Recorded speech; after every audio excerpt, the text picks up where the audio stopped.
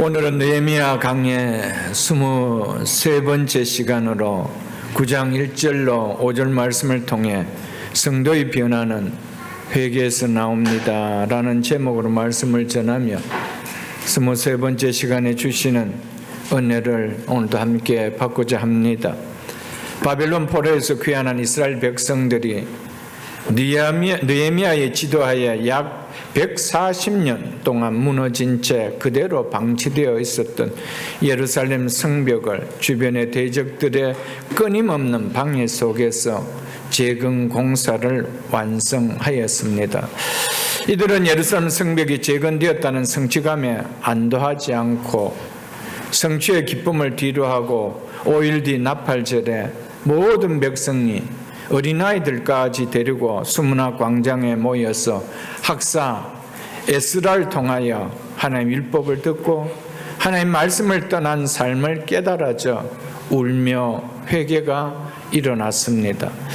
이런 체험을 한 백성의 리더자들이 나팔절이 끝나고 백성들은 다 집으로 돌아갔음에도 불구하고 자신들은 하나님 말씀을 보다 밝히 알기를 원하여 떠나지 않고 에스라 곁으로 다시 모였습니다. 결과 이들은 일곱째 달에 반드시 준수해야 되는 초막절 규례를 발견한 말씀을 지키기 위하여 백성들에게 이 말씀대로 행하여 지키도록 일렀습니다. 그 결과 여호수아 시대 이후로 가장 말씀에 입각한 초막절을 준수할 수 있게 되었으며 이로 인하여 온 백성이 큰 기쁨을 누리는 역사가 일어났음을 우리는 지난 주일에 이 말씀을 보았습니다. 오늘 본문은 선민 이스라엘 공동체의 회개와 레위인들의 기도와 하나님 여호와를 송축하라라는 레위인들의 촉구하는 내용으로 되어 있는 말씀입니다. 느헤미야 8장부터는 선민 언약 공동체로서 이스라엘이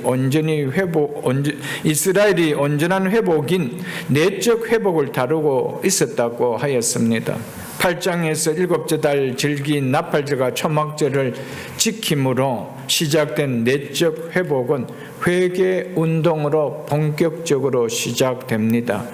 이스라엘 백성들은 나팔절과 초막절을 온전히 준수한 결과가 백성들을 통하여 오늘 말씀처럼 회개 운동을 불러일으키게 되었다라는 것을 우리는 알 수가 있습니다. 그래서 이스라엘에 이제 초막절과 나팔절과 초막절을 지킴으로 시작된 내적 회복의 이 운동이 회개 운동으로 인해서 더욱 본격적으로 시작되고 있다는 것을 알리는 것이 오늘 본문의 내용입니다.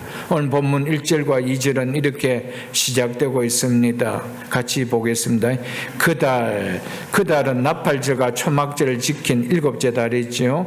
그달 스무나한 날에 이스라엘 자손이 다 모여 금식하며 굵은 베옷을 입고 티끌을 무릅쓰며 모든 이방 사람들과 절규하고 서서 자기의 죄와 조상들의 허물을 자복하고 29날은 초막 행사가 완전히 끝난 22일의 이틀 후였습니다.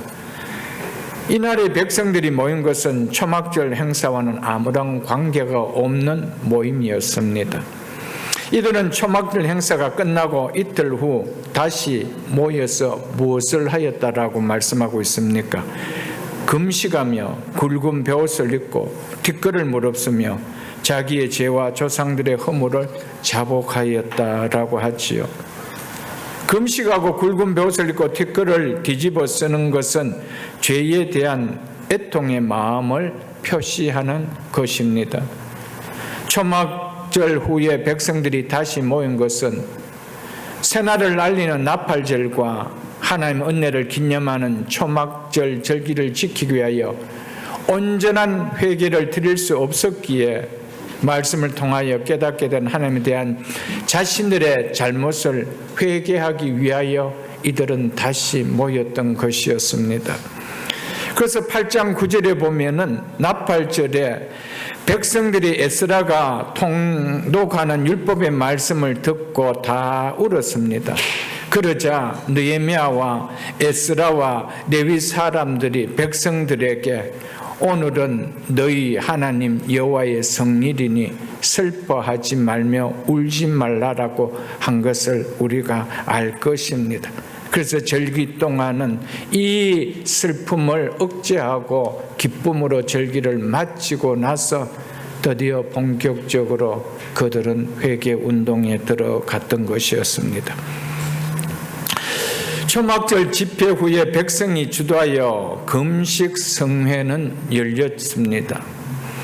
이는 지도자 중심에 의해서 있게 된 것이 아니라 일곱째 달 절기의 큰 은혜 가운데 마침 백성들의 자발적인 성회였습니다. 누가 시키지도 않았는데 자기 가정을 살리기 위하여 선민 언약 이스라엘 공동체의 회복을 위하여 스스로 금식하며 회개하는 자리로 모였다는 것입니다. 이런 일은 이스라엘 역사에 없었던 유일한 사건입니다. 이만큼 놀라운 일이었다는 것입니다.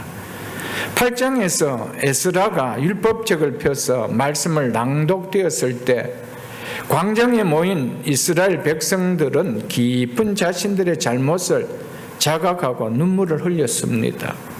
그렇지만 이는 나팔절과 초막절이라는 기쁨의 절기에 적절한 행동이 아니라는 것을 알았기 때문에 그들은 곧 눈물을 거두고 기쁨의 축제를 가졌음을 우리는 지난 시간에 보았습니다. 만일 이것으로 모든 일이 맞춰졌다라면 그들은 단지 율법에 나타난 하나님의 말씀을 깨닫고 절기를 지킨 것 외에는 별다르게 한 일이 없다라고 말할 수밖에 없을 것입니다. 그러니 그들이 여기에 머물지 않고 더 한 걸음 나아갔지요. 즉 서민언약 공동체의 합당한 삶의 모습을 되찾고자 이들은 하나님 앞에 회개하며 기도하며 모였다는 것입니다.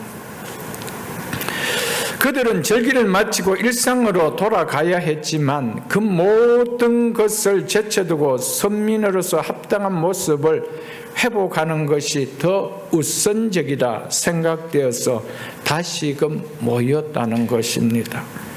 영적 회복을 위하여 회개의 자리로 다시 모였다는 사실입니다. 이스라엘 백성들은 어떻게 해서 이렇게 죄를 회개하고자 다시 모였을까요?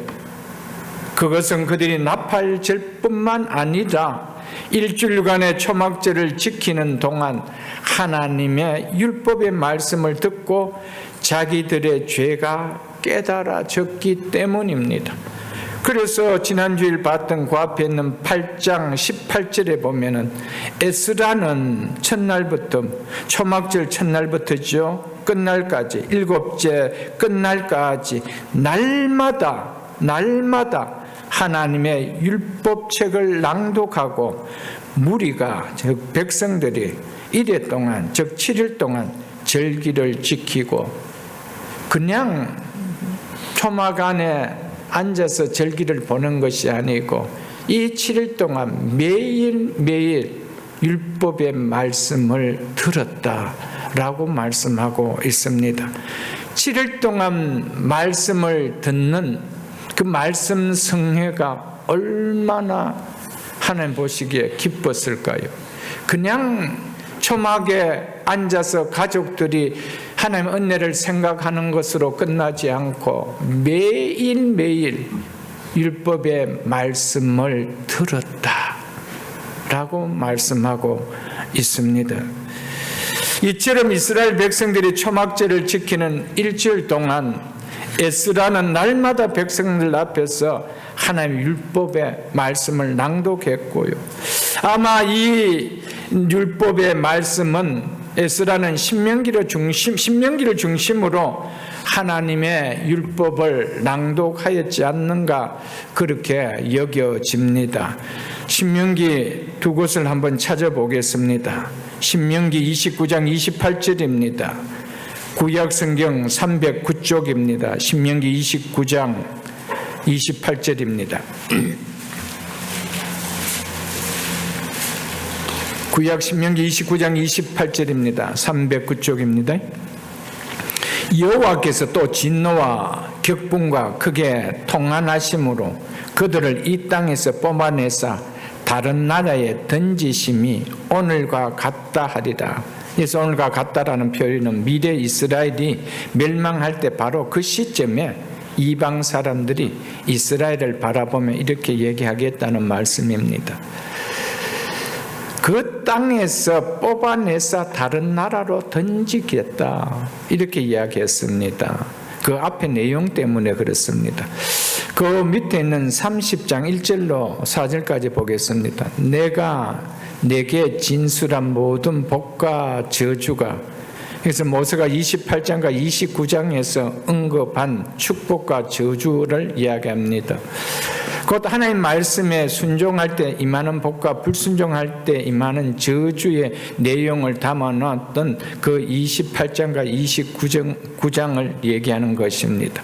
내가 네게 진술한 모든 복과 저주가 내게 임함으로 네가 너희 하나님 여호와로부터 쫓겨난 모든 나라 가운데서 이 일이, 즉 이 말씀이 마음에 기억이 나거든 너와 내 자손이 내 하나님 여호와께 돌아와 내가 오늘 너희에게 명한 것을 온전히 따라 마음을 다하고 뜻을 다하여 여호와의 말씀을 청종하며 너희 하나님 여호와께서 마음을 돌이키고 너를 긍휼히 여기사 포로에서 돌아오게 하실 때 네 하나님 여호와께서 하나님께서 흩으신 그 모든 백성들 중에서 너를 모으시리니 너희 쫓겨간 자들이 하늘가에 있을지라도 너희 하나님 여호와께서 거기서 너를 모으실 것이며 거기서부터 너를 이끄실 것이라. 아멘.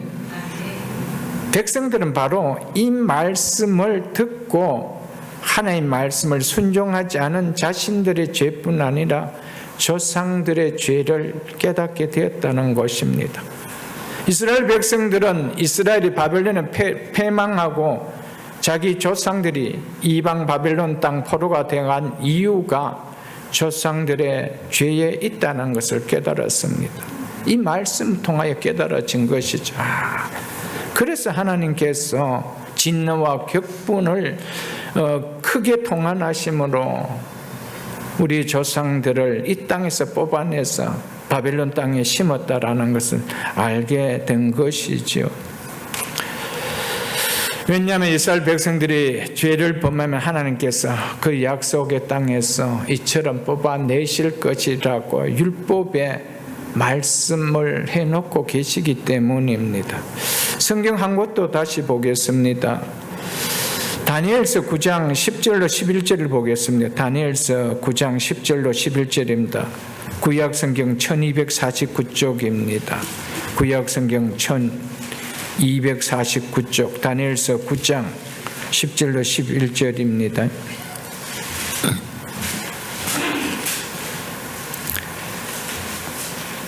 다니엘은 바벨론의 포로로 잡혀가서 이제 이 말씀을, 율법을 통해 이 말씀을 깨닫게 된 것이죠.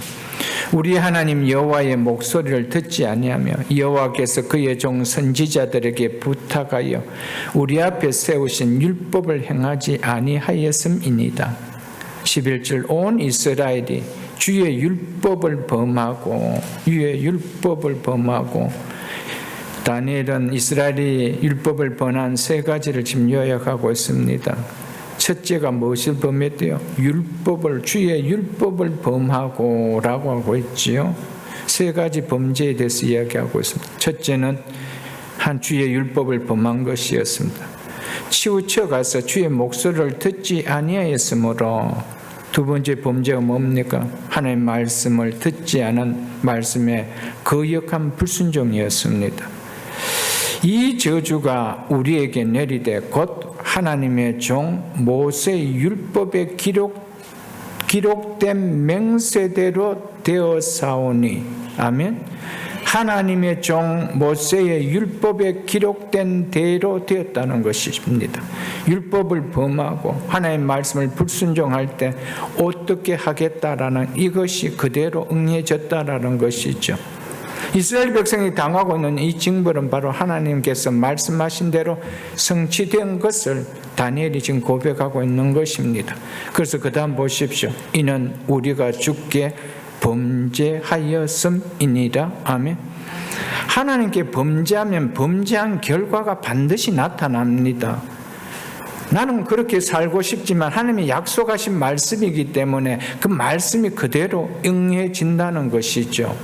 이것을 다니엘은 바벨론 포로에서 포로 생활하면서 깨닫았다는 것입니다. 13절 때 보겠습니다. 13절. 세 번째 다니엘이 깨달은 하나님께 이스라엘 백성들이 범죄한 것이 무엇인지 이렇게 말하고 있습니다. 모세 율법에 기록한 대로 이 모든 재앙이 이미 우리에게 내려싸우나 우리는 우리의 죄악을 떠나고 주의 진리를 깨달아 우리 하나님 여호와의 얼굴을 기쁘게 하지 아니하였나이다. 이게 세 번째 재앙이 이 세 번째 범죄했는 것인데 그것이 뭐냐? 재앙이 내려졌음에도 불구하고 회개가 없었다는 겁니다. 하나님께서 너희들이 이렇게 하면 이렇게 된다라고 해서 그 결과를 맞이했는데 이것이 우리의 범죄한 죄 때문에 하나님 앞에 범죄한 죄 때문이다라고 회개한 일이 없다는 겁니다. 그 말이 우리 하나님 여호와의 얼굴을 기쁘게 하지 아니하였다 라고 하였던 것이었습니다. 이처럼 귀환한 이스라엘 백성들의 자손들은 조상들이 바벨론에 패망하고 포로로 잡혀 생활하게 된 것은 물론이고 포로 귀환 후 지금 자신들까지 많은 고통을 당하게 된 것도 하나님의 율법을 바르게 준행하지 않은 죄의 결과임을 나팔절과 초막절을 지키는 동안 매일매일 듣게 되는 하나님의 말씀을 들음으로 이 사실이 절실하게 깨달아졌다라는 것입니다. 그래야 그들은 자신의 죄와 조상의 죄를 생각하며 금식하며 회개하지 않을 수가 없어서 그들은 모였다라고 성경은 말씀하고 있는 것입니다.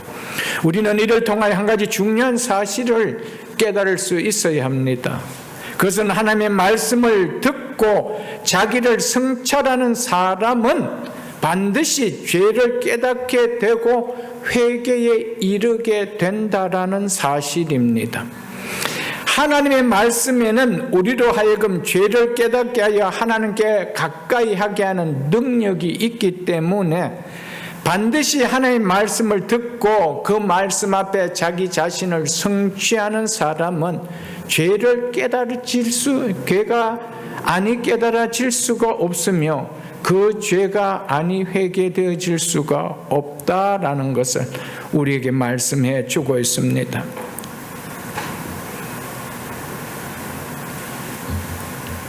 그래서 2절 본문 2절 하반절에 보면은 이스라엘 자손들은 서서 자기의 죄와 조상들의 허물을 자복하였다라고 하고 있죠.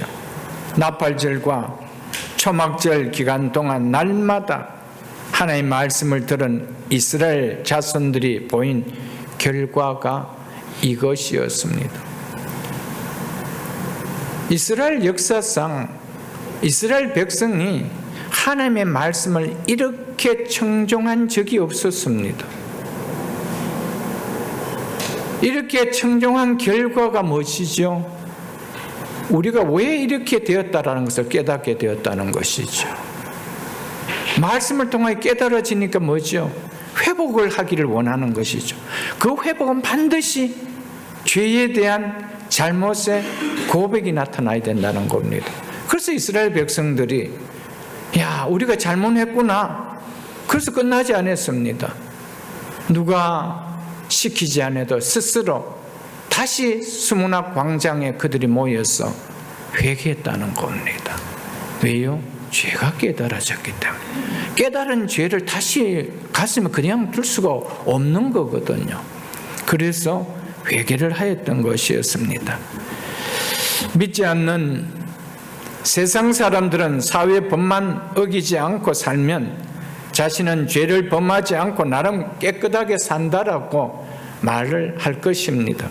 그러나 우리 인간을 창조하신 하나님께서 죄라고 말씀하시는 것은 그것이 아닙니다.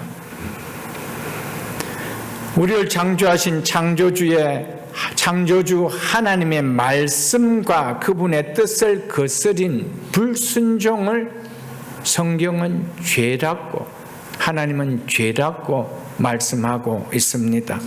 그것이 죄의 근원적인 죄를 우리에게 말해주고 있습니다. 세상은 하나님의 말씀과 뜻에 불순종한다고 해서 그것을 죄라고 말하지도 않고 그것을 죄라고 형벌을 내리지도 않습니다. 왜냐하면 하나님을 창조주 하나님으로 인정하지 않기 때문에 그분의 말씀을 거스렸다고 해서 그걸 죄라 하고 있지 않다는 것입니다. 우리는 왜 사람들이 사회법을 어긴 죄를 짓는지 우리는 알아야 됩니다. 왜 그들은 사회법의 죄를 어길까요? 무엇 때문에 어길까요? 근원의 죄인 하나님의 말씀과 하나님의 뜻을 불순종하기 때문에 하나님의 말씀에 불순종하는 하나님의 뜻을 거스리는 그런 죄에서 발생하는 것이 사회에서 짓는 죄입니다. 하나님의 말씀과 하나님의 뜻을 거스르지 않으면 사회의 법을 어기는 죄는 짓지 않습니다. 여러분, 하나님의 말씀을 지키는데 세상 법을 어기면 살아갈까요, 여러분들? 그래 사라질 수가 없습니다. 그게 근원 죄에서 파생된 것이거든요. 난 이것만 안 지켰으니 깨끗하다. 절대 그렇지 않습니다. 언제든지 기회가 되면 지게 되어 있습니다. 우리가 한국 사회에 어떤 위치에 있는 사람 같은 권력이 없어서 그런 죄를 안 짓지, 그런 자리에 앉으면 우리는 어쩌면 그들보다 더 탐심이 있어서 그런 죄를 자녀들에게 그렇게 시킬지 모를 것입니다. 우리는 그렇게 살아갈지 모를 것입니다. 내가 단정 안 짓고 있으니까 나는 괜찮고 그들은 나빠라고 이야기할 수 있는 것은 아니잖아요, 여러분들.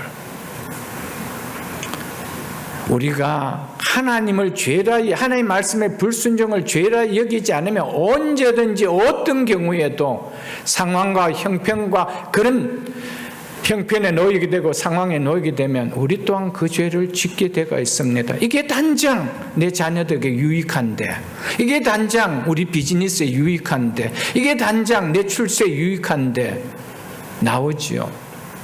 그러나 하나님 말씀이 그렇게 하지 말라라니까, 하나님 뜻이 그걸 원하고 있지 않으니까.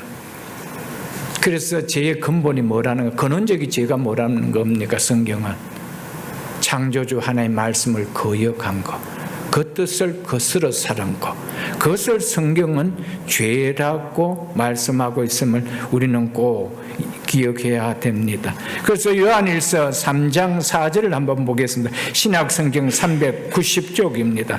신약성경 390쪽.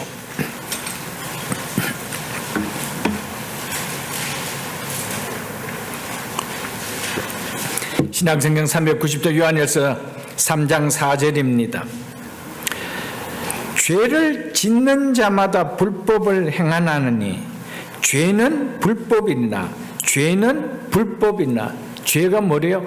법을 어긴 것이 죄라고 이야기합니다. 성경은 사회법을 어긴 것을 죄라고 이야기하지 않고 있습니다. 여기서 법은 하나님의 법을 이야기합니다. 하나님의 말씀의 법을 이야기합니다.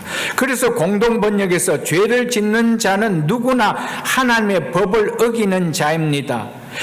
그 법을 어기는 것이 곧 죄입니다. 이렇게 쉽게 번역에 나왔습니다. 무엇이 죄라고요? 하나님의 법을 어기는 것이 곧 죄니라. 그런데요, 성도들마저도 하나님 말씀을 불순종한 것을 죄라 여기지 않습니다. 그걸 너무 태연하게 여깁니다. 다들 그렇게 사는데 우리가 어떻게 그렇게 순종하며 살아야 돼? 그러죠. 그러니까 죄로 여기지 않으니까 뭐가 안 나오죠? 회개도 안 나오는 거예요. 날마다 그 죄를 우리가 지으면서도 그게 회개가 안 되어지는 것입니다. 근데 성경은 분명하게 말씀하고 있습니다. 죄를 짓는 자마다 불법을 행했나니, 법을 어겼나니 라고 이야기하면서 죄가 뭐래요? 법을 어기는 것이 곧 죄입니다. 사회에서도요, 정해놓은 법을 어기면 그게 죄지만요, 하나님 나라에 사는 하나님의 백성들은요, 하나님의 법, 하나님의 말씀을 어긴 것은 곧 죄입니다. 그래서 말씀이 들리면 내가 말씀에 역행하며 살았는지, 말씀에 순종하며 살았는지 그 말씀이 우리에게 알려주는 거예요. 그래서 깨달아지니 그들이 뭐죠? 이 결과를 내가 낳는다는 것을 너무 알기 때문에 그들이 뭐 했죠? 말씀에 이렇게 기록된 것이 깨달아지니까 하나님, 우리가 잘못했습니다. 우리를 회복시켜 주옵소서. 하나님의 진노가, 불순종의 진노가 아니라 우리를 회복시켜 주옵소서라고 회개가 나왔다는 것이죠. 그래서 삶의 변화가 일어나는 거예요. 그래서 하나님은 그 변화된 곳에 또 다른 은혜의 변화의 복을 주시는 것이죠. 그래서 성도의 변화는 회개에서 나온다라고 설교 제목을 그렇게 잡은 것입니다. 죄가 죄로 깨달아지는데 회개가 일어날 수가 있습니까? 죄가 깨달아지지 않는데 삶의 변화가 일어나겠습니까? 죄가 죄로 여겨지지 않는 삶의 변화가 없는데 내 삶에 하나님의 은혜가 보여주고 축복이 보여주는 변화가 일어날 수가 있습니까? 없다라는 겁니다. 성경 그걸 이야기해 주고 있습니다. 왜 이들이 말씀을, 나팔절과 초막절의 말씀을 듣고 그들이 스스로 다시 숨은 광장에 모여서 회개할까요? 변화되기를 원해서. 이 삶의 결과는 우리 조상들이 겪었던 그 말씀의 결과의 열매를 고스란히 우리도 당할 수밖에 없고 우리의 후손이 당할 수밖에 없다는 것을 말씀을 통하여 깨달아졌기 때문에 에스라나 느헤미야나 레위인들이, 지도자들이 너희들 모여서 회개하라고 말하지도 않는데 스스로 모여서 회개했다는 겁니다. 사랑하는 성도 여러분, 회개 없는 변화는 없습니다. 회개가 없다는 것은 말씀 앞에 요동함이 없다는 것입니다. 말씀의 귀를 막았다는 것입니다. 말씀을 마음에 담지 않았다는 겁니다. 그들이 나팔절과 또 7일간의 초막절 끝나고 성례까지 9일간 하나님의 말씀을 매일매일 듣고 그들에게 일어난 것은 뭐였습니까? 금식하며 머리에 티끌을 더 집으시고 하나님 앞에 회개하는 것입니다. 하나님 앞에 우리의 죄를 용서해달라고, 하나님의 말씀을 어기고 산 것을, 하나님의 율법을 어기고 산 것을, 하나님의 뜻을 거스르고 산 것을 죄로 여기지 못했습니다. 그것을 너무나 당연하게 여기고 살아갔고 이걸 죄로 여기지 못하고 살았습니다. 한 사람이 대표로 회개한 것이 아니었습니다.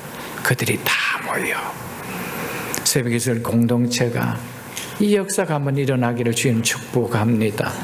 여기에 여러분의 가정의 변화가 일어나고 내 삶의 변화가 일어나고 우리 후손들에게 변화들이 일어나는 일이 말씀 앞에 백성이면서도 살지 못했던 그것을 회개하는 것인 줄 확신합니다.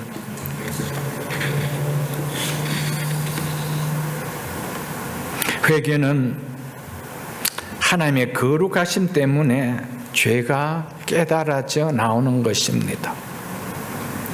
하나님의 말씀, 그 말씀하신 하나님이 어떤 분이신 것을 깨달아지기 때문에 그 말씀이 얼마나 거룩하다는 것을 느끼지기 때문에 그 말씀 앞에 죄는 낱낱이 다 드러나는 거예요. 그래서 회개가 일어나는 것입니다. 그러나 어떤 사람이 너 그렇게 살아도 되나? 그럼 뭐라 하죠? 너는 잘 살고 있나? 그러죠. 그래서 우리가 보통 지도자들급에 있는 사람들이 이야기하면 그냥 콧웃음 치잖아요. 네 가정이나 네 자식들이나 좀 잘 키우지? 그렇게 이야기한단 말이에요. 근데 이것을 말씀하신 분은 뭐가 없으신 분이요? 죄가 없으신, 거룩하신 분이요. 그러니까 거룩하신 분이 거룩한 말씀을 하시기 때문에 그 말씀 앞에 죄인이 죄가 안 드러난다는 것은 그 말씀을 어떻게 했는가? 하나님도 똑같은 우리 죄인으로 취급하고 있다는 것이죠. 그러니까 죄가 안 드러나는 거예요. 우리의 죄는 하나님의 거룩하심 때문입니다. 하나님의 거룩하심이 와닿지 않으면 하나님 말씀 자체가 절대로 거룩하게 와닿지 않습니다. 그래서 그 말씀 앞에 내 실체가 비춰지고 내 실체가 회개되지 않는다는 것입니다. 그래서 하나님께서는 우리에게 내가 거룩하니 너희도 거룩하라고 이야기했습니다. 데살로니가 전서 4장 3절에서는 하나님의 뜻은 이것이니 너희의 거룩함이라. 하나님 뜻이 뭐라고요? 너희의 거룩함이라. 그래서 이것이 하나님의 뜻이기 때문에 하나님의 뜻을 거룩하며 살았던 그 삶이 말씀 앞에 비춰지자, 그 말씀이 너무 거룩하게 와닿자 내 죄가 낱낱이 보이는 거예요. 여러분, 빛도요, 조그마한 촛불 아래 있는 빛하고요, 태양빛 아래에 비치는 거하고는요, 집안에 먼지가 쌓인 게 달리 보입니다. 하나님의 말씀이 거룩한 광명의 말씀으로 비춰지면요, 우리의 죄가, 안 보였던 죄가 낱낱이 다 보이는 거예요. 과거에는 이게 죄로 여기지 않았던 것들이 죄로 다 비춰지는 거예요. 그래서 하나님 뜻은 이것이니 너희의 거룩함이다. 하나님 당신이 거룩하기 때문에 하나님 말씀 자체가 거룩하다는 거예요. 그러니까 거룩한 말씀이 우리에 들어오면은 우리의 생각과 우리의 판단까지도 뭐 하신다는 겁니까? 우리의 생각과 뜻을 다 그분이 판단하십니다. 우리의 마음에 품은 생각과 의도까지도 그분이 다 비춰서 보게 하시는 것이죠. 그러니까 삭개오가 주님을 처음 만나고 주님이 말씀하지 않았는데도 내가 네게 죄를 지었다면 제가 4배나 갚겠습니다. 말을 하지 않는데도 그래요. 왜 그럴까요? 내가 누구에게 토색한 것이 있으면 내가 그렇게 갚겠습니다. 전에는 그게 죄인지 몰랐어요. 내가 세리니까 뭐 당연히 그래 살 수 있지 라고 했는데 말씀이 들어오니까 그게 죄로 보이는 거예요. 우리를 창조하시고 우리를 구원하신 하나님이 거룩한 분이 아니라면 그분 앞에 죄가 깨달아질 이유도 없습니다. 그분이 우리와 동일한 죄인이라면 그분 앞에 우리가 회개해야 될 이유가 없습니다. 그분 앞에서 우리가 죄가 깨달아지고 회개가 나오는 것은 하나님이 거룩하신 분이기 때문입니다. 그분 앞에 서서 죄인이 아니라고 이야기할 사람이 누가 있느냐는 거예요. 아무도 없습니다. 그런데 나는 회개할 것이 없는 의로운 사람이라 그러면 하나님 뭐라고 생각하시겠습니까? 네 하나님 해라 그러지 않겠어요, 여러분들? 그게 얼마나 교만한 거예요, 여러분들. 참된 회복은요, 말씀을 통해 하나님이 기뻐하지 않는 죄를 보면서 회개가 나올 때입니다. 회복은 내가 만들고 내가 취할 수 있는 것이 회복이 아닙니다. 회복은 하나님과의 관계에서 일어나는 것이기 때문에 회개 없는 진정한 회복은 하나님께서 일으켜 주실 일이 없습니다. 우리는 다 회복을 원합니다. 내 인생의 회복이 있기를 원하고 내 삶의 회복이 있기를 원하고 내 가정의 회복이 있기를 다 원합니다. 그런데 회복은 내가 일으킬 수 있는 것이 아닙니다. 하나님과의 관계 속에서 일어나기 때문에 하나님께서 이루어 주시는 겁니다. 그래서 하나님 앞에 회개 없는 회복은 없다라는 것입니다. 진정한 회복은 회개 없이 일어날 수가 없습니다. 하나님께서 일으켜 주시는 회복은 회개 없이는 일어날 수가 없습니다. 너가 교회에 이제 한 3년 열심히 다녔으니까 내가 회복시켜 주겠다. 하나님은 절대 그러신 분이 아닙니다. 왜? 하나님 당신이 거룩하신 분이기 때문에. 여전히 나와 너 사이에 죄를 안고 있는데 하나님은 은혜와 복을 흘려 들어가게 하시지는 않는다는 겁니다. 내일 다시 죄를 짓는 내 일이 있다 하더라도 오늘 이 현장 앞에서는 그 삶이 내가 죄였다라고 고백이 되어져야 된다는 겁니다. 그래야만이 오늘 이 시간에 부어지는 은혜와 복이 들어갈 수 있는 것이죠. 여러분 한번 생각해 보십시오. 더러운 오물물에 깨끗한 물을 붓는다고 해서 그것을 마실 수 있느냐? 못 마십니다. 그 물은 그 전에 오물일 뿐입니다. 우리의 심령이 더러워진 상태에서 하나님의 은혜가 부어진다고 해서 그게 하나님의 은혜로 누려질 수 있느냐? 누려질 수 없습니다. 그래서 하나님께서는 정결한 마음, 정한 마음, 이걸 원하는 거예요. 그래서 우리가 예배를 시작하며 회개할 때마다 하나님 정한 마음과 정직한 영으로 회복시켜 주옵소서. 여기 하나님의 은혜가 흘러 들어올 수 있기 때문에 그렇습니다. 여기에 하나님 축복이 흘러 들어올 수 있기 때문에 그렇습니다. 내 심령이 그대로 더러운 심령 그대로 안고 있는데 그 하나님의 은혜와 하나님의 복이 들어올 수가 있나요, 여러분들? 없는 거예요. 설령 들어온다 하더라도 오물에 생수의 물을 붓는다고 해서 그 물을 마실 수 없는 것처럼 그게 은혜로 누려질 수가 없는 겁니다. 사랑하는 성도 여러분, 우리의 변화는 하나님의 은혜를 통하여 변화된데 이 은혜는 회개의 통로를 통해서 들어와요. 죄를 안고 있어는 하나님께서 너희들 아무리 기도해봐라 내가 듣지 못한 이유가 뭐라고 했습니까? 너희와 나 사이에 너희의 죄가 장벽이 되었다라고 이야기하고 있습니다. 이스라엘 백성들은 정말 하나님 앞에 큰 은혜를 받았습니다.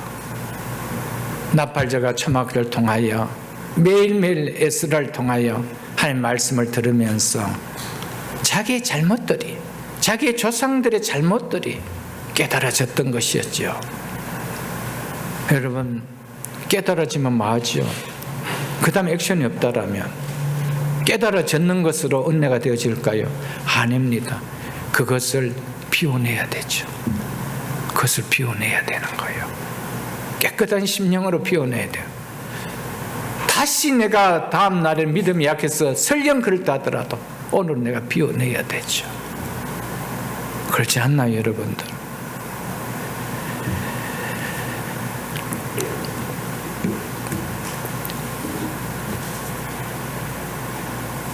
그래서 이스라엘 자손들은 눈물만 흘리며 자신들의 잘못된 모습을 회개하는 것으로 끝나지 않았습니다. 2절에 보면은 그들은 모든 이방인들과 절교하는 결단을 보였다고 했습니다. 이스라엘 백성들이 회개하며 가장 먼저 취한 행동은 이방인들과 절교하는 결단이었습니다. 말씀이 들려 깨달아지자 그동안 하나님께서 그들을 구별한 자로 불러주신 하나님의 선민인 자신들의 정체성을 상실하고 이방인들과 통혼하며 이방인들과 교류하며 그들의 사고에 젖었던 삶을 돌이키는 결단을 내렸다라고 오늘 성경은 우리에게 말씀하고 있습니다. 레위기 20장을 한번 보겠습니다. 레위기 20장 22절로 26절입니다. 구약 성경 178쪽입니다. 제가 가진 성경 구약 성경 178쪽입니다. 레위기 20장 20절로 26절입니다.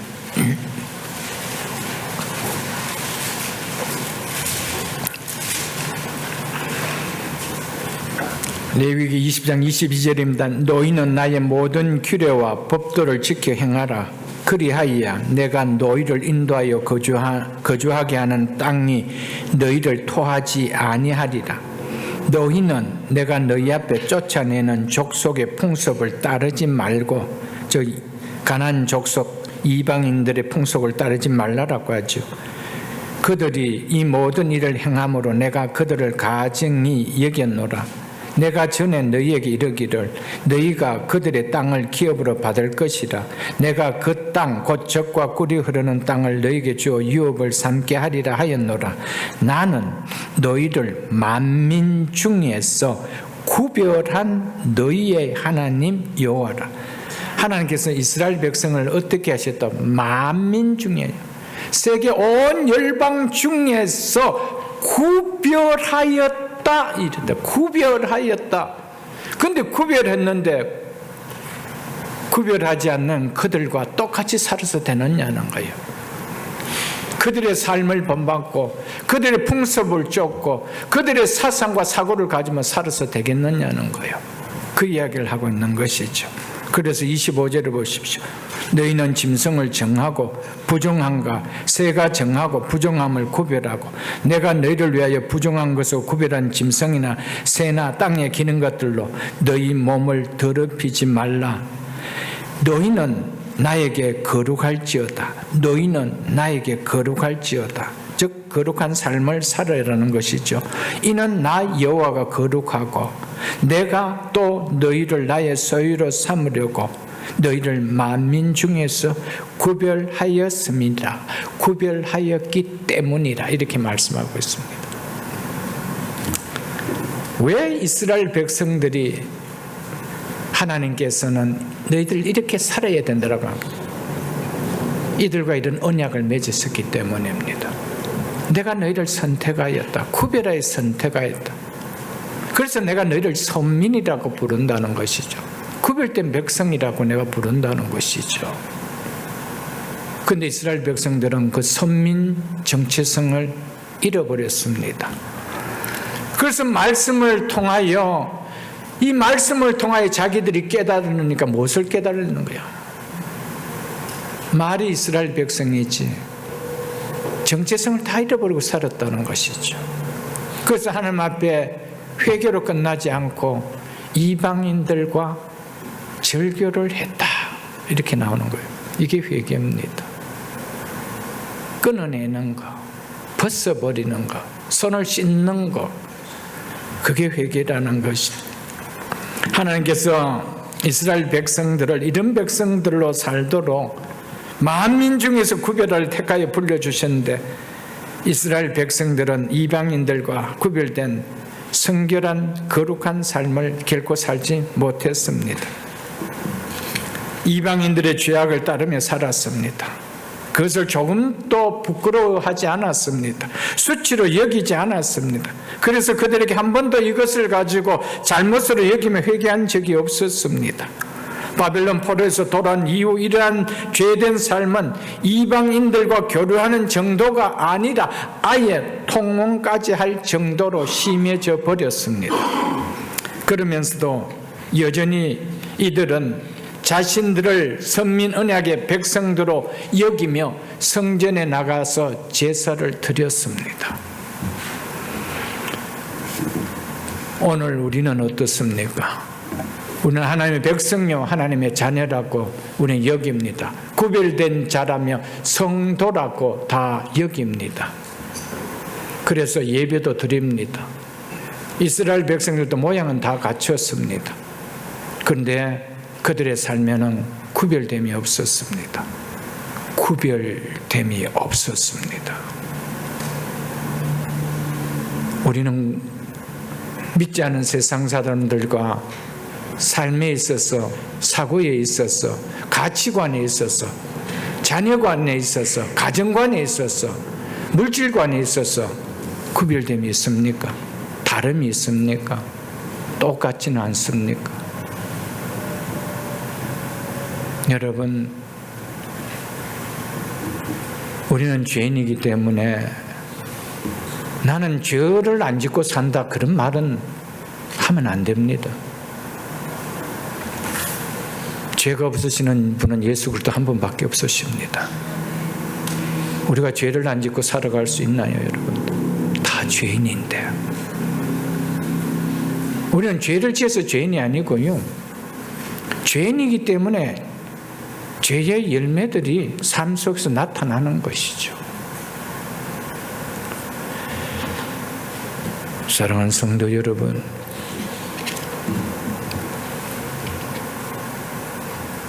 그래서 우리를 보고 그들과 구별되어야 된다. 하나님 뜻은 이것이니 너희의 거룩함이라. 거룩함이란 말은 구별이란 말이다. 구별.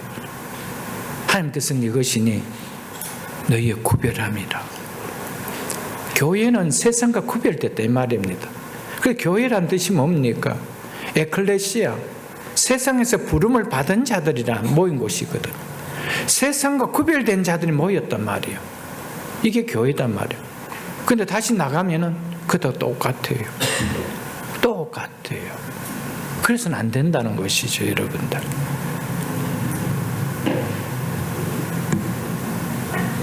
그렇기 때문에 이스라엘 백성들이 모든 이방 사람과 절교하였다는 것은 하나님께서 자신들 당신의 소유로 삼아주시게 하여 모든 민족 중에서 구별하려 불러주다는 사실에 대한 신뢰의 표현입니다. 우리가 이렇게 부름을 받았는데 이걸 내가 깨닫지 못하고 살았구나 라며 신뢰를 나타내는 표현으로 그렇게 한 것이었습니다.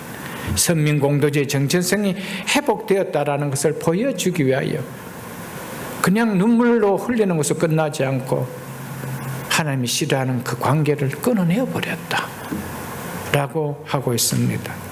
여러분, 우리가 하나님이 싫어하는 걸 여전히 붙들고 살아가면서 내가 교회에 나오기 때문에 나 하나님 자녀다, 하나님 백성이다, 우리는 좀 그런 생각을 조금은 좀 버려야 됩니다. 하나님 회개하면서 한 주간도 하나님 백성답게 살지 못했습니다. 하나님 자녀답게 살지 못했습니다. 하나님 용서해 주옵소서. 오늘도 말씀을 통하여 하나님을 신뢰할 수 있는 하나님의 신뢰가 일어날 수 있도록 하나님 믿음을 주옵소서. 이것이 우리가 예배 가운데 일어나야 되지 않겠어요, 여러분들? 만일 이들에게 눈물만 흘리는 고백만 있고 하나님이 싫어하는 이방인들과 통혼하고 있는 이 관계를 끊었지 않다라면 그들의 회개는 하나의 뭐에 끝났을까요? 종교의 의례로 끝났습니다. 종교적인 행위의 의례로 끝난 것이죠. 왜? 순수의 회개가 있으니까 오늘 회개했다. 근데 나가면은 맨 그대로요. 그러나 그들은 의례로 끝나지 않고 신앙으로 드러냈습니다. 끊어내었다. 참된 회개는 결단력이 있는 행동으로부터 나온다는 것입니다. 그들은 금식하며 죄를 슬퍼하는 것으로 끝내지 않고 하나님의 마음을 아프게 하게 한 삶을 산 자신들의 죄악을 끊어내는 결단을 나타냈다는 것입니다. 이처럼 참된 회개는 하나님과 나 사이의 바른 관계를 방해하는 일체 요소를 과감하게 제거하는 것입니다. 참된 회개는 결코 고백만 하는 게 만들지 않습니다. 눈물만 흘리게 만들지 않습니다.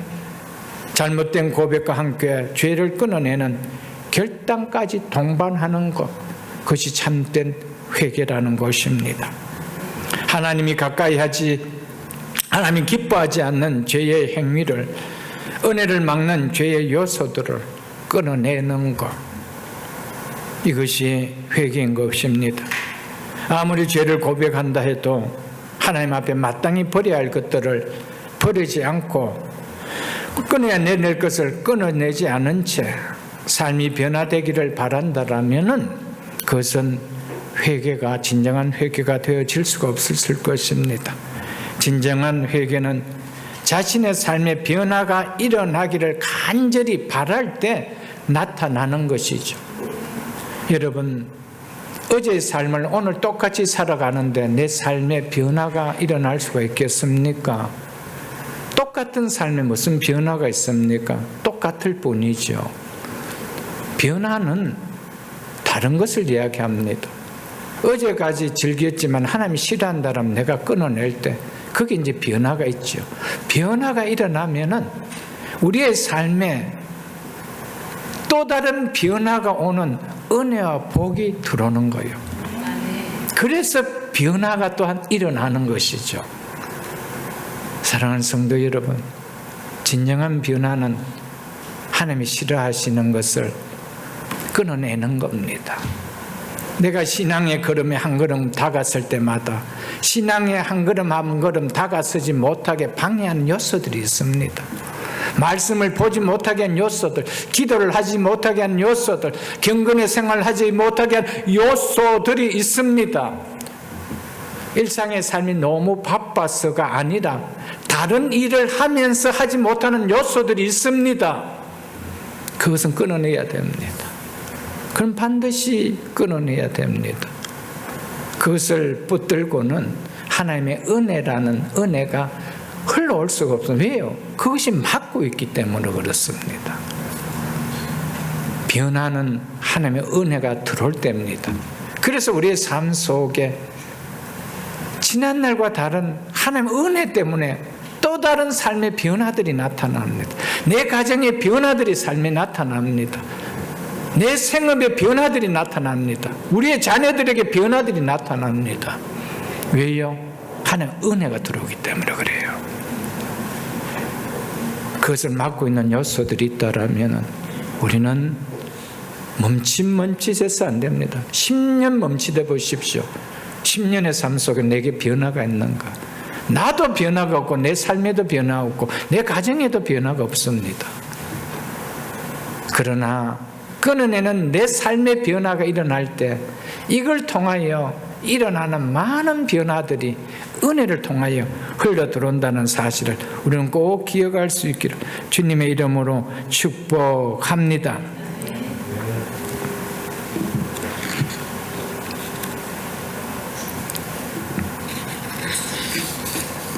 3절을 보겠습니다. 이날에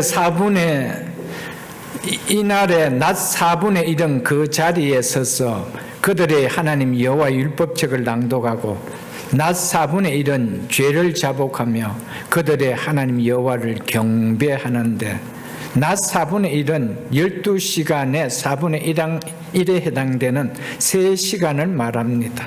7째 달 24일에 백성들이 모여 오전 6시부터 오후 9시까지 3시간 동안 낭독하는 율법의 하나님의 율법을 들었습니다. 또 다른 낮 4분의 1인 9시부터 12시까지는 하나님 말씀을 들은 결과로 죄를 자복하고 하나님을 경배하는 데 시간을 보냈다라고 말씀하고 있습니다.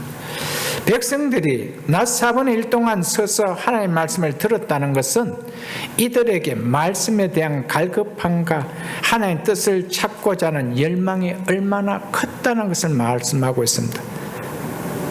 자리에 앉아서 들었다고 하지 않습니다. 자리에 서서라고 하고 있습니다.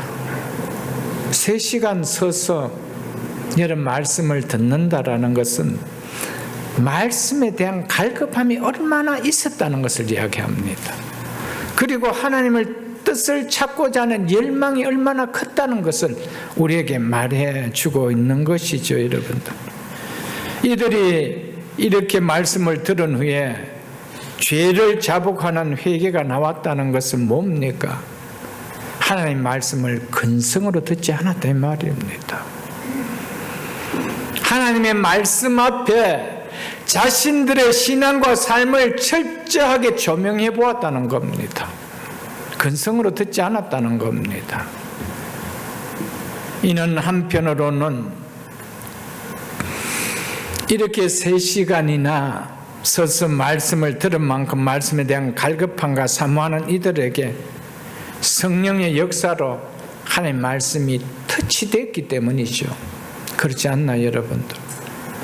그렇다면 왜 우리는 수없는 말씀을 우리가 들으면서 왜 말씀이 그렇게 내 삶을 돌아볼 만큼의 조명해야 될 만큼의 터치함이 없을까요?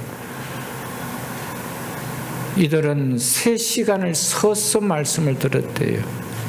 이 정도로 열정이 있었습니다. 말씀에 대한 열망이 있었다는 것이죠. 말씀에 대한 갈급함이 있었다는 것이죠. 아니 3시간을 듣지 않고 여러분 우리가 정말 짧은 시간 말씀을 듣는다 하더라도 그 말씀에 대한 절대적인 사모함에 대한 열정이 있다라면 말씀이 그냥 패스업할까요? 절대 패스업 안 할 것입니다. 지나치지 않을 것입니다. 성령께서는 그 말씀 우리의 심령을 터치하게 할 것입니다. 여러분 어쩌면 우리는 말씀을 귀담아 듣지 않는 것이 세상 삶이 너무 좋은데 내가 말씀 듣고 나면 이제 그거 놓으면 어떻게 살까? 이런 염려 때문에 하나님 말씀을 늘 하나님 앞에 필터가 돼서 말씀이 들어오지 못하도록 걸러내버리기 때문에 우리가 그러지 않을까 한번 돌아보십시오. 내가 말씀을 너무 열심히 듣고 깨달아지면 이 좋은 이 삶 이거 어떻게 내가 어떻게 여기서 멈출 수 있을까? 이런 염려는 없습니까 여러분? 어떻게 비즈니스 하는데 이렇게 말씀대로 살아서 비즈니스를 할 수 있을까? 이런 염려 때문에 혹 우리는 그런 마음이 없지는 않습니까 여러분? 여러분 우리가 말씀을 막는 거예요. 이들은 무슨 말씀이든지 철저하게 듣고자 했을 때 그 말씀 앞에 자신의 죄들뿐만 아니라 조상들의 죄까지 다 자복하고 그 죄를 그냥 눈물만 흘리는 자복으로 끝나지 않고 그것을 끊어내었다, 절교했다, 벗어버렸다, 던져버렸다 라고 하고 있습니다. 여기에 변화가 오는 거예요. 이 변화를 통하여 은혜의 물결이 들어오는 거예요. 축복의 물결이 들어오는 거예요. 하나님은 깨끗한 심령 속에 은혜가 들어오는 거예요. 깨끗한 심령 속에 축복이 들어오시는 거예요. 여러분도. 여러분 여기 우리 변화가 일어납니다. 우리의 삶의 변화가 일어나고요. 우리의 가정의 변화가 일어나고요. 그런 은혜를 붙들고 기도하는 기도 속에 여러분 자녀들의 변화들이 또한 일어난다라는 것을 우리는 꼭 기억할 수 있기를 주의 이름으로 축복합니다.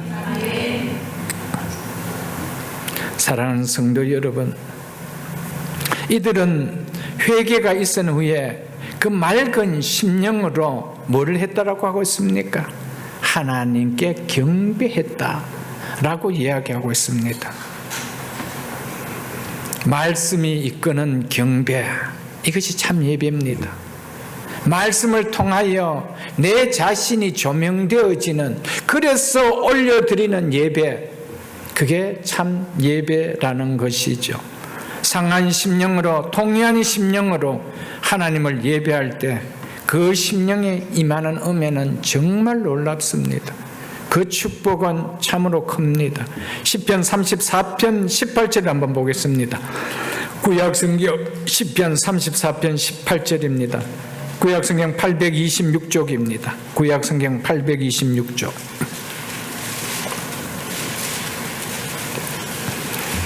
구약성경 826쪽 시편 34편 18절입니다. 여호와는 누구를 가까이 하시고요? 마음이 상한 자를 가까이 하시고, 자기가 죄인인 것을 깨닫고 하나님 앞에 범죄한 그 죄 때문에 마음이 찢어지는 이 마음이 상한 자를 하나님 아신대요. 가까이 한대요. 죄를 짓고도 아무 죄도 안 지은 것처럼 하나님 앞에 나오는 그 자를 가까이 하시는 것이 아니라고 분명히 이야기하고 있습니다. 여호와는 마음이 상한 자를 가까이 하시고 충심으로 통회한 자를 구원하시는 도다. 여기서는 우리의 영혼을 구원하는 것이 아닙니다. 어렵고 힘든 문제를 해결해 주시는 그 해결을 이야기합니다. 은혜 베푸심을 이야기합니다. 그래서 하나님 누구에게 은혜를 베푸신다고요? 그래서 삶의 변화가 일어난다고요? 회개하는 자에게. 그래서 회개가 중요하다는 겁니다. 그 뒤에 있는 시편 51편도 보겠습니다. 시편 51편 17절을 보겠습니다. 시편 51편 17절입니다. 시편 51편 17절입니다. 하나님께서 구하시는 제사는, 하나님께서 구하시는, 바라는 그런 제사가 뭐래요? 상한 심령이라. 상한 심령으로 드리는, 내가 죄인됨을 알고 애통해하는 그 상한 심령으로 드리는 예배, 그것을 하나님 원하신대. 그래서 하나님이요, 상하고 통회하는 마음, 이게 상한 심령이죠. 상하고 통회하는 마음을 주께서 멸시하지 아니하시리로다. 아멘. 세상 사람은 죄인이다라고 하면은 사람들이 싫어하고 멀리할지 모르겠지만, 하나님은 언제든지 어떤 상황 속에서도 하나님 나 죄인입니다라면 하나님은 더욱더 웰컴하시는 분입니다. 네가 그런 죄를 지었어? 라고 하지 않습니다. 하나님, 제가 믿음이 없어서 이런 죄를 짓고 이런 죄를 지으면서도 수년을 살면서도 하나님 이걸 죄인지 모르고 살아왔습니다. 나는 그 심령을 하나님 아신데 멸시하지 않는다. 그리고 도리어 마한대요 구원하시는도다. 아멘. 여러분, 이 사실을 가슴에 좀 담을 수 있기를 주님을 축복합니다. 하나님이 받으시는 예배가 뭐래요? 죄를 아는 채 멋진 예배를, 멋진 찬양을 드리고 멋진 예물을 드리는 그런 예배가 아닙니다. 한 주간 지은 죄로 인해 상한 마음을 가지고 하나님께 드리는 예배, 이 예배를 하나님이 멸시치 않으시고 받으신다라고 하셨습니다.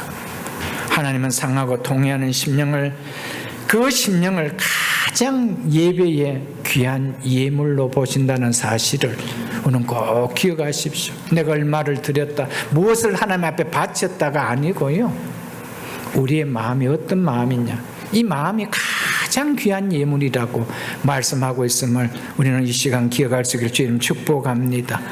이사야서 66장 2절도 한번 보겠습니다. 구약성경 1048쪽입니다. 구약성경 1048쪽, 이사야서 66장 2절입니다. 이사야서 66장 2절입니다. 누가 말씀하신대요? 나 여호와가 말하노라. 하나님이 친히 말씀합니다. 이사야의 글이 아닙니다. 나 여호와가 말하노라. 내 손이 이 모든 것을 지었으므로 그들이 생겼느니라. 무릇 마음이 가난하고 심령이 통회하며 내 말을 듣고 떠는 자, 그 사람은 내가 돌보려니와. 아멘.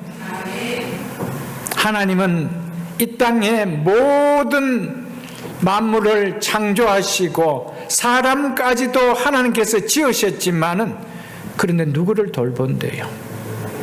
무릇 마음이 가난하고 심령에 통회하며 내 말을 듣고 떠는 자, 그 사람을 내가 돌보리니와. 아멘. 그러니까 여러분, 하나님이 돌보주는 삶인데, 하나님이 돌봐주는 가정인데, 하나님이 돌봐주는 자녀들인데 변화가 없겠어요? 거기에 변화가 안 일어나겠어요? 여러분, 그 삶이 오늘과 5년 뒤와 10년 뒤가 같을까? 여러분들, 같을 수가 없습니다. 그래서 성도의 변화는 회개에서 나오는 거예요. 믿으십니까 여러분들? 회개가 너무 귀한 거예요 여러분들. 세상 사람 앞에서 눈물 흘리는 것은 정말 주책같이 보일 때가 있을지 모르겠지만, 하나님 앞에서 눈물은 너무 귀한 것입니다. 그래서 하나님께서는 이사야 선지자를 통해 뭐라고 얘기했습니까? 내가 히스기야가 내 앞에서 눈물을 흘리는 것을 내가 보았다 그랬어요. 눈물을 쏟지 않는데 눈물을 보시겠어요 여러분들? 우리는 하나님 앞에 얼마나 눈물을 흘려보셨습니까? 하나님 내 눈물 흘리는 것을 보신 적이 있습니까?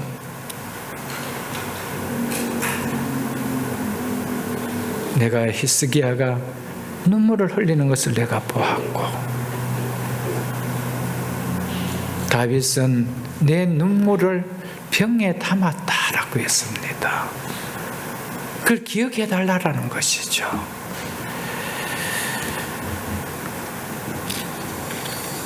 이처럼 이스라엘 백성들이 하나님의 말씀으로 인해서 통회하고 그 상한 심령으로 드리는 경배였기에 그 자리가 하나님께서 기뻐하시는 참된 부흥의 자리였습니다.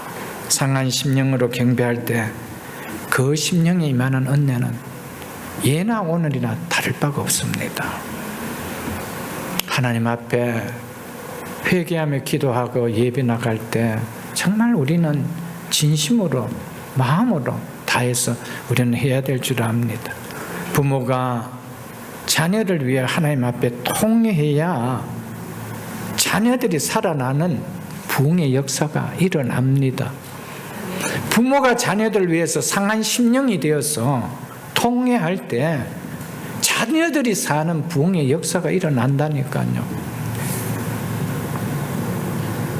믿는 자들이 가정을 안고 하나님 앞에 상한 심령으로 통회할 때 내 가정에 부흥의 역사가 일어난다니까요. 부흥은 변합니다. 부흥은 아주 좋은 변화입니다. 축복의 변화입니다. 은혜의 변화를 부흥이라고 합니다. 여러분, 울지 않는데 우리가 상한 심령으로 자녀들을 부둥켜 안고 그 아이들의 이름을 안고 울며 기도하지 않는데 어떻게 자녀들이 살아날 수 있었겠어요? 우리의 가정의 상황을 보면서 믿는 우리가 우리의 가정을 부둥켜 안고 하나님 앞에 상한 심령으로 통회하지 않는데 어떻게 우리의 가정이 살아날 수가 있을까요? 5년 가도 10년 가도 똑같은 거예요. 여러분, 상한 심령으로 하나님 앞에 나아가는 것은 가장 복된 축복의 자리입니다. 아멘. 가장 은혜의 자리입니다. 가장 하나님께서 우리 인생을 높여주는 자리인 것을 깨달으십시오. 왜요? 우리가 하나님 앞에 가장 낮은 자로 하나님 앞에 나가기 때문입니다. 회개는 내 삶이 하나님 앞에 가장 낮아지는 자리로 나가는 거예요. 그게 회개입니다. 그래서 하나님은 겸손한 자에게 은혜를 베푸신다고 그랬습니다. 누가 제일 겸손할까요? 상한 심령으로 주님 앞에 나가는 자. 하나님 누구를 멸시할까요? 교만한 자. 나는 전혀 괜찮은 사람. 난 하나님 앞에 죄진 것이 없는 괜찮은 사람. 설령 죄를 지었다 하더라도 그걸 죄로 여기지 않고 하나님 앞에 토설하지 않는 자. 하나님 그들을 교만하다고 했습니다. 그래서 나는 교만한 자에 은혜를 베푸지 않고 겸손한 자에게 은혜를 베푸신다고 말씀하신 것을 우리는 너무 잘 알고 있지 않습니까, 여러분들? 4절로 5절을 보겠습니다. 레위 사람 예수아와 바니아와 감미엘과 스바냐와 분니와 세레바와 바니와 그나니에는 단에 올라서서 큰 소리로 그들의 하나님 여호와께 부르짖고, 여기서 부르짖었다는 것은 회개의 기도를 드린 것을 의미합니다. 레위인들이 이스라엘 공동체의 범죄의 책임이 백성들에게 율법을 가르치고 바르게 지도해야 할 자신들에게 있음을 깊이 인식하고 이처럼 단에 올라가 백성들을 대표하여 회개의 기도를 드렸습니다. 그리고 또한 백성들의 기도를 또한 도우며 인도했다는 말입니다. 레위인들의 기도가 얼마나 간절하고 그 기도를 받고 그 기도의 인도함을 받고 백성들이 얼마나 뜨겁게 기도했으며 그 시간이 3시간이나 되었다라고 성경이 이야기하고 있습니다. 5절을 보겠습니다. 또 레위사임 예수아와 감미엘과 바니와 핫삼니야와 세레바야와 호디야와 스바냐와 부다히야는 이르기를 너희 무리는 마땅히 일어나 영원부터 영원까지 계신 너희 하나님 여호와를 송축할지어다. 주여 주의 영화로운 이름을 송축할 것은 주의 이름이 존귀하여 모든 송축이나 찬양에서 뛰어남이니이다. 아멘. 레위인들이 죄를 자복하며 상한 심령으로 하나님께 경배하는 백성들을 대표하여 큰 소리로 하나님께 부르짖고 백성들을 향하여 영원하신 하나님 여호와를 송축할 것을 이렇게 촉구했습니다. 죄를 회개한 후 맑은 심령으로 하나님의 은혜를 찬양하지 않을 수가 있겠어요, 여러분? 이 찬양을 얼마나 아름다운 하나님 앞에 은혜가 되는 찬양이겠어요, 여러분들? 아무리 고운 목소리라 할지라도 상한 심령이 아닌, 그러나 아무리 목소리가 아름답지 않더라도 상한 심령을 올려드리는 찬양과는 그게 격조가 같겠어요, 여러분? 하나님 보실 때 그게 같은 그 찬양으로 받아들일 수 있겠어요, 여러분들? 예수와를 비롯한 레위인들이 백성들을 향하여 너희는 마땅히 일어나 영원부터 영원까지 계신 너희 하나님 여호와를 송축할지어다고 촉구했습니다. 일어나서 하나님을 송축한다는 것은 하나님께 대한 합당한 존경을 표하는 행위입니다.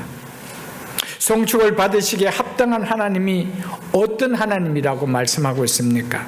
영원부터 영원까지 계신 존귀한 하나님이라고 하지요. 하나님은 영원부터 영원까지 계시는 초월적 속성을 가진 존귀한 분이라고 말씀하고 계십니다. 영원이라는 것은 하나님의 존재하시는 방식을 말씀하고 있습니다.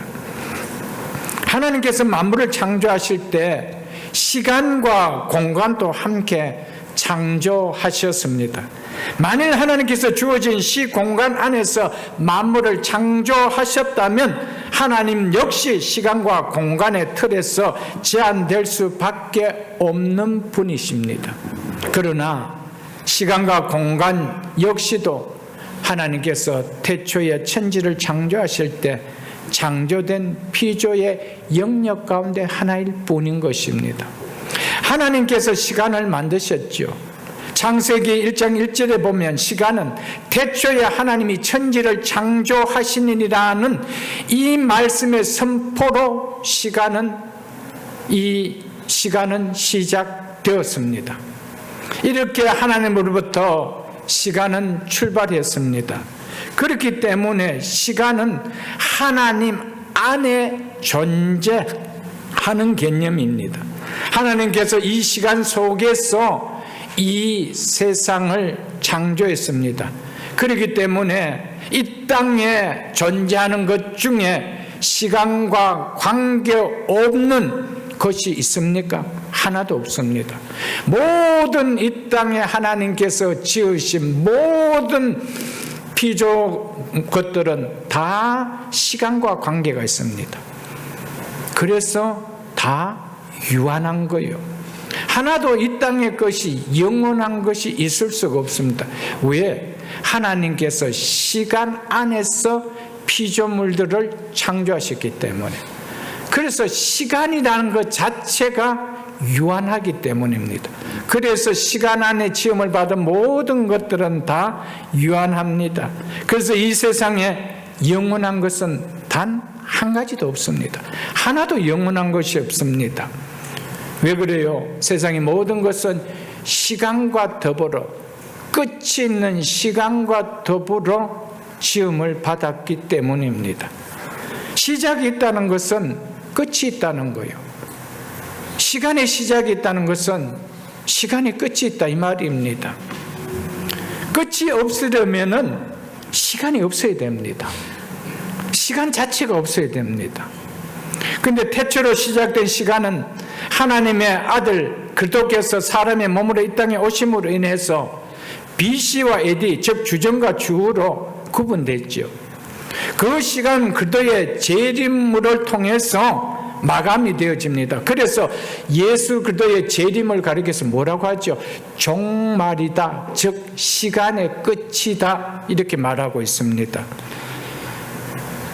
시간은 언제 끝나죠? 예수 그리스도께 재림하실 때. 그래서 그 시간을 종말이다, 시간의 끝이다. 태초로부터 시작된 시간은 언제 끝났냐? 예수 그리스도의 재림으로 끝납니다. 우리는 그 사실을 알아야 됩니다. 그러므로 창조 이전은 물론이고 그리스도의 재림 이후에 시간은 존재하지 않습니다. 시간은 끝이 나버렸기 때문입니다. 그 종말 이후에는 시간이라는 개념조차도 없습니다. 시간이 뭐지? 그런 시간이라는 개념 자체가 종말 이후에 이제 예수 그리스도의 재림으로 완성되는 새하늘과 새 땅 이후에는 없습니다. 존재하지 않습니다.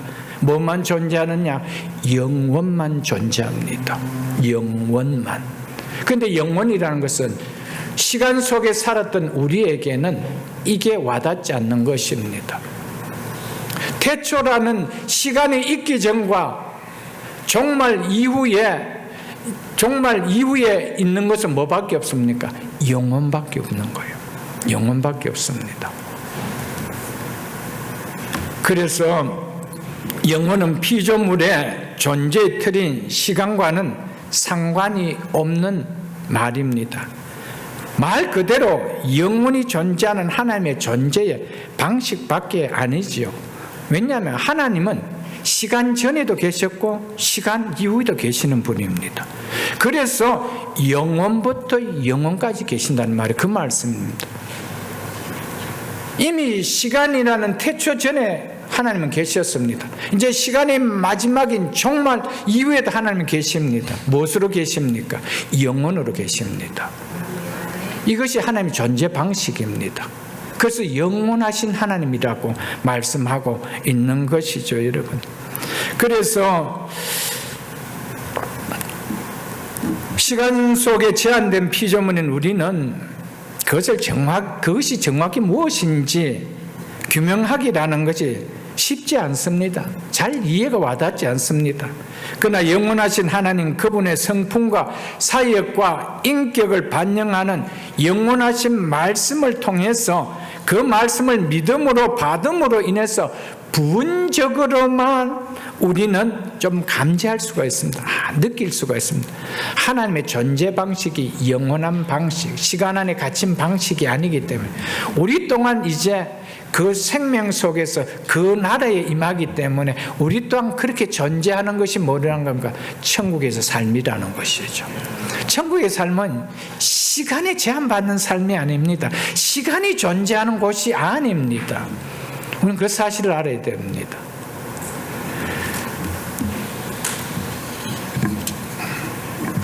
그러므로 이런 점에서 시작 없이 영원부터 영원까지 스스로 계신 하나님만이 영원하시고 무한하신 분이신 것이기에 바로 여기에 우리가 하나님을 경배해야 될 이유가 있다는 것이죠. 시작이 있는 유한한 존재는 결코 우리의 경배가 될 수가 없습니다. 유한한 존재가 우리의 경배가 될 수도 없고요. 유한한 피조물이 우리의 경배의 존재가 될 수 없습니다. 그런데 믿지 않은 세상 사람들은 뭐하죠? 그 유한한 존재의 짐승의 형상을, 사람의 형상을 그걸 만들어 놓고 그걸 경배한단 말이에요. 그건 경배의 대상이 될 수가 없습니다. 그래서 유일한 우리의 경배의 대상, 우리가 경배하고 송축할 대상은 뭡니까? 영원부터 영원까지 계시는 그분. 아멘. 그분이 우리가 예배드리는 우리 하나님 아버지라는 사실을 우리는 잊어서는 안 됩니다, 여러분. 짧은 인생을 사는 우리와는 결코 비교할 수 없는 그 하나님이 너희 하나님 여호와가 되신다고 말합니다. 그 하나님이 우리 하나님이 되시고요, 우리 아버지가 되신다고 말씀하시죠. 그래서 그 아버지가 영원하기 때문에 그 자녀는 우리도 영원한 거예요. 믿으십니까, 여러분? 그래서 그 하나님을 믿고 그 예수 그리스도를 믿을 때 그 하나님이 영원하신 것처럼, 그 아들 예수 그리스도가 영원하신 것처럼 우리가 영원히 존재한단 말이에요. 그게 해분의 삶이거든요. 그래서 우리에게 이 땅의 삶이 뭡니까? 장차 나타나갈 지극히 영원한 영광과 뭐 할 수 없다는 거예요. 비교할 수 없는 거예요. 비교할 수 없는 거예요. 근데 이 땅의 세상에 잠깐 소꿉장난하고 갈다 삶을 마치는 그 재미에 맛들여, 그 재미 때문에 영원한 것을 발로 찬다면 그 얼마나 어리석은 인생이요, 얼마나 미련한 인생이요, 여러분들. 사랑하는 성도 여러분, 우리에게 이런 은혜가 주어졌다는 거 우리가 어떻게 알 수가 있었나요? 하나님이 계시해 주지 아니었다면 우리가 알 수 있었나요? 우리가 이 복을 누릴 수가 있었나요? 오늘 또 우리는 누구에게 예배를 드리죠? 영원부터 영원까지 계시는, 이 땅에 어떤 피조물도 경배를 받을 대상이 아무도 없습니다. 왜? 영원부터 영원까지 계시는 존재가 없기 때문입니다. 이 하나님밖에 없음을 깨닫고 이 하나님을 우리가 섬기는 것을 귀하게 여길 수 있기를 주님의 이름으로 축복합니다. 마지막 요 말씀만 보고 마치겠습니다. 주여, 주의 영화로운 이름을 송축할 것은 주의 이름이 존귀하여 모든 송축이나 찬양에서 뛰어납니다. 아멘. 하나님의 이름 가운데 하나가 뭐냐? 여호와입니다. 여호와. 여호와는 하나님의 이름입니다.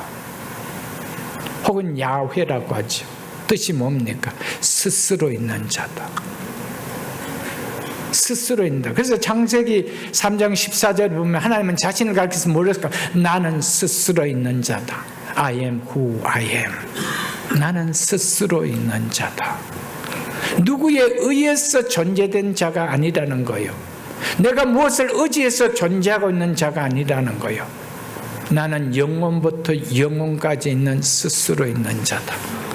그분만이 우리의 경배를 받을 수 있는 유일하신 창조주 하나님이신 것을 받아들일 수 있기를 주의 이름으로 축복합니다. 주의 이 영원한 이름을 뭐할지어다? 송축할지어다. 아멘. 구약에서 이름은 호칭의 의미를 넘어서 그 존재 자체와 그 존재의 본질을 나타내고 있는 것입니다. 하나님의 이름 자체가, 여호와라는 이름 그 자체가 그분의 존재 자체를, 그 존재의 본질을 나타내고 있습니다. 그래서 그의 영화로운 이름을 송축할지어다라고 말씀을 하였습니다. 사랑하는 성도 여러분, 우리가 그의 이름을 송축하는데 성도가, 하나님 자녀인 성도가, 하나님 백성인 성도가 이 땅을 살아가면서 그의 이름을, 영광을 돌리지 못하고 그의 이름에 먹칠을 한다라면 그 삶은 어떤 삶일까요? 그의 영화로 이름을 송축해야 될 송축은 하지 못하고 내 삶을 통하여 하나님의 영광을 가려버린다면, 그 이름의 영광을 가려운 삶이 된다면 어떨까요, 여러분들? 사랑하는 성도 여러분, 성도는 내가 하나님의 이름을 부를 만큼 그 삶에 책임을 지고 살아야 되는 겁니다. 그럴 때 하나님은 그 삶을 아름답게 사는 그 인생에게 주시는 은혜와 축복이 어떤 걸까요? 그래서 우리가 늘 암송하고 있는 웨스턴 신앙고백서 소교리 문답, 대교리 문답 제1문답에 사람의 제일 되는 목적이 무엇입니까? 사람의 제일 되는 목적은 하나님을 영화롭게 하며 영원토록 그를 즐거워하는 것입니다. 이거죠. 사랑하는 성도 여러분, 하나님 백성들, 하나님으로 말미암아 하나님 자녀가 된 성도인 우리는 그분의 이름을 존귀하게 여기고 그 이름을 송축하는, 우리의 삶 자체가 그분을 높이는 찬양이 되어야 한다는 것입니다. 말씀 맺겠습니다. 성도의 변화는 회개에서 나옵니다. 이 말씀 우리가 분명하게 가슴에 부여잡고 정말 내 개인도 변화되기를 원하고 내 인생이 변화되기를 원하고 또 나로 말미암아 나의 주어진 앞으로의 모든 삶, 가정과 자녀들에게 하나님의 은혜를 통하여 변화되기를 원한다라면 하나님과 나 사이에 막힌 것이 없는지 말씀을 통해서 돌아보며 회개하는 즐거움을 그리는 우리 모두가 될 수 있기를 주의 이름으로 축복합니다.